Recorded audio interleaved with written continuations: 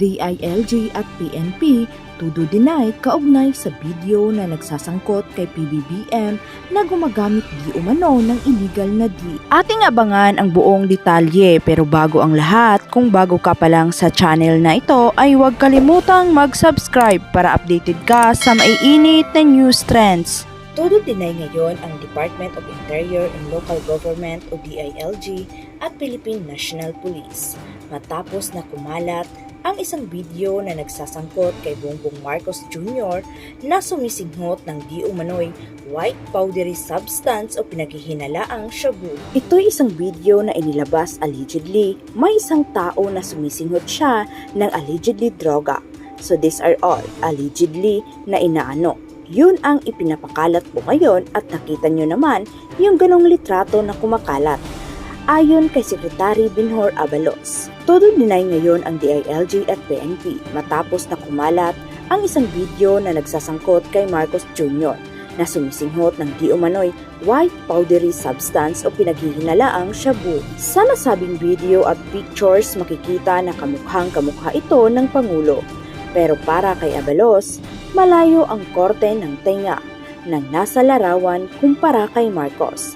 Giit pa ng kalihim, matagal na niyang kilala ang Pangulo, kaya't hindi siya naniniwala na ang presidente mismo ang nasa video at larawan na gumagamit ito ng ipinagbabawal na gamot. Tignan niyo ang tenga, tignan niyo maigi ang larawang ito, pagmasdan niyo. Yung larawan ng ating Pangulo sa kaliwa, yung earlobe, yung lambi, tignan niyo yung nasa kanan. Diyan pa lang makikita niyo bakit ko sinasabi ito, mga kasama.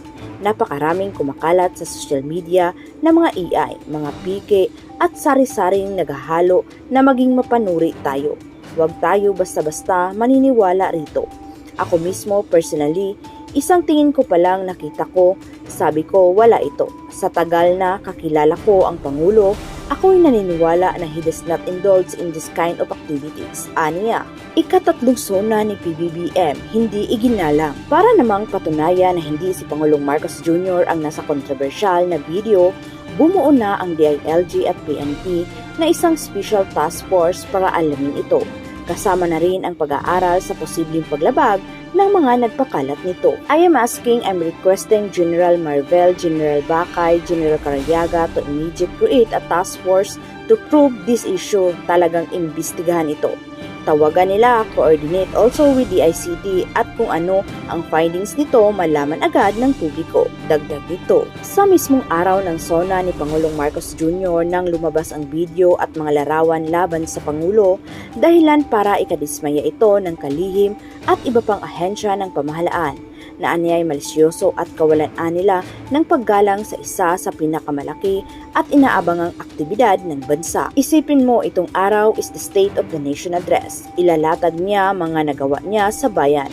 It is so unfair to the President. Anya pa, sa kabila ng pagdepensa ng mga kaalyado ni Pangulong Marcos, nanatili pa rin palaisipan sa publiko ang hindi pagtugon ni Marcos Jr. sa panawagang magpa-drug test ito para patunayang wala siyang record ng paggamit ng illegal na D. Samantala, hindi manunood ng State of the Nation Address ni Pangulong Ferdinand Marcos Jr. sa pamamagitan man ng telebisyon o online live stream si Vice President Sara Duterte.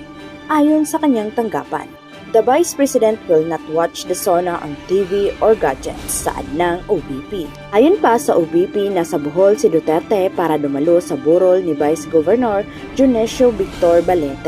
She is currently in Bohol to empathize with the Boholanos for the death of their Vice Governor as well as to uplift the general mood of the people, brought about by the suspension of their duly elected local officials.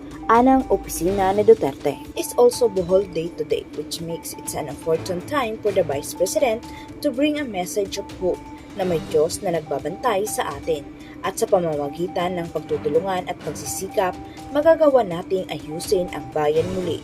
Thank you. Saad pa nito, matatandaan na nauna nang sinabi ni Duterte na hindi siya dadalo sa SONA ni Marcos at italaga niya ang kanyang sarili bilang designated survivor. Ano ang masasabi nyo tungkol rito? Magkomento lamang sa baba at huwag kalimutang mag-subscribe para updated ka sa maiinit na news trends. Maraming salamat sa panunood.